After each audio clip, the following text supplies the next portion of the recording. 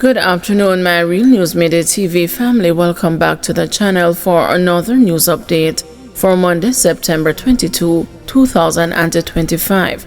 And in the news this afternoon, veteran jockey O'Neal Mullins killed in gun attack, two brothers identified as suspects. The St. Andrew South Police have launched a probe into the murder of 49-year-old O'Neal Ricardo Mullins, a well-known jockey who was shot and killed along Thompson View Avenue in St. Andrew on Sunday evening. Mullins, who is otherwise known as a jockey and was employed at Caymanas Park, was reportedly along Thompson View near a premises when he was approached by a gunman who opened a fire, hitting him in the head. The incident happened about 6:42 p.m. Mullins was taken to the hospital where he was pronounced dead. Investigators have since named the 37-year-old Samuel Brown, otherwise called the Shooter or Mark, a laborer and a mason, of 440 Drive, Kingston 11, as a suspect in the case, along with his brother, Sean Brown, also of the same address. According to the police, preliminary reports indicated that the deadly shooting may have resulted from a dispute earlier that day between Mullins and the suspect.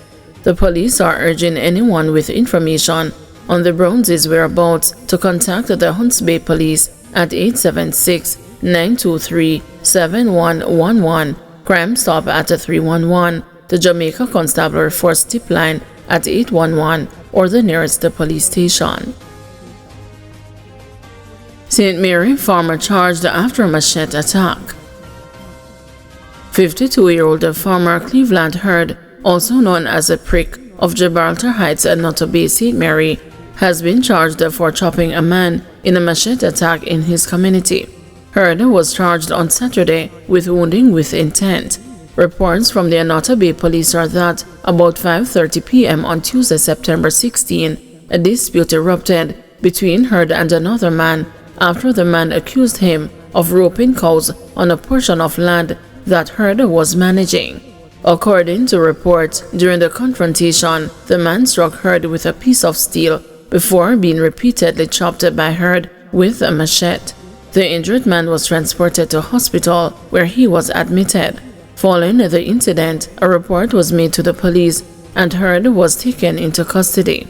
He was charged on Saturday, September 21, after a question and answer session. His court date is being finalized. St. Elizabeth businessman charged with fraud in car deal. 29-year-old Santa Cruz St. Elizabeth businessman Jermaine Stewart has been charged by the police in St. James with a fraud in connection to a car buying deal. Reports from the Barnett Street Police are that a woman reportedly had an agreement with Stewart to purchase a Toyota CHR on her behalf for $1 million.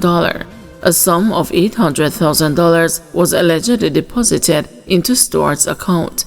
After the deposits were made, Stewart informed her that he had purchased the vehicle and would have it delivered to her on Tuesday, July 1, according to the police. However, this did not happen. Several days later, Stewart reportedly told her that he had sold the vehicle to another buyer and would return the money, the police said. Efforts to contact Stewart to recover the money proved futile. A report was made to the police and Stewart was arrested after being positively identified. He was later charged with a fraudulent conversion following an interview. His court date is being arranged. Police nab laptop thief in Portland. A Portland farmer accused of breaking into a relative's home and making off with a laptop has been arrested and charged. Charged with housebreaking and larceny is 34-year-old Winston Collington, otherwise called Winty, of Mount Hermon District, Hope Bay, Portland, and Enfield District in St. Mary. Reports are that on Monday, September 15, Collington had a heated argument with a relative at the house where he was staying. He was asked to leave the premises and did so. Police say that around 7:10 a.m. on Tuesday, September 16, the homeowner's son locked up the house and left for work, leaving his laptop behind. When he returned later that day, the device had vanished. An alarm was raised, and the residents soon noticed Collington lingering suspiciously in the area. He was accosted and reportedly found with a missing laptop before being handed over to the police. Collington was charged following a question and answer session with investigators on Saturday, September 20. He is expected to appear before the Portland Parish Court on Tuesday, October 7. Decomposing body of 77-year-old man found in Old Harbour. The St. Catherine South Police are investigating the death of a 77-year-old man whose decomposing body was found in the parish yesterday. The body has been identified as the Leslie Topping of Burke Road, Old Harbour in St. Catherine. Reports are that about 6:20 p.m. on September 21, passers-by started to encounter a foul smell in the vicinity of Topping's dwelling. The police were summoned, and upon arrival, the body was found. The scene was processed and the body removed for a post-mortem examination. The Old Harbour police are also probing the matter. Woman accused of stabbing her husband's sweetheart granted $500,000 bail. A 40-year-old cashier who is accused of stabbing a woman she believed was having an affair with her husband was granted bail in the sum of $500,000 with up to 3 sureties. Jolie Donaldson Morris of Lilliput, St. James is before the St. James Parish Court facing a charge of wounding with intent. She is accused of stabbing the woman during a heated argument on a school compound. Reports are that the confrontation between the two women occurred on September 9, shortly after 7:20 a.m.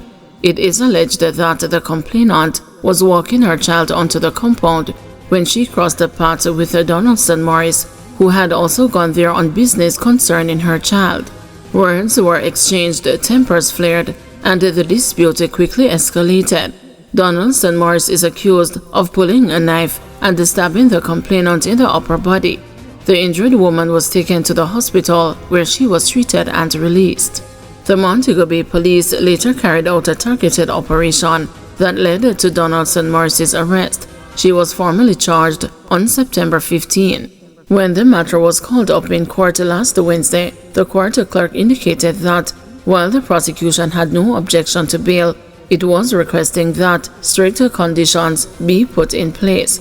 The court also heard that several key documents, among them the medical certificate, the arresting officer's statement, and a report from the Police Communication, Forensics and the Cybercrime Division were still outstanding. As part of the condition of bail, Donaldson Morris is required to report to a designated police station on specified days. The case has been set for mention again on October 15. Donaldson Morris is represented by attorney at law Jermaine Campbell. Guys, thank you for watching. See you this evening at 6 p.m. for another news update.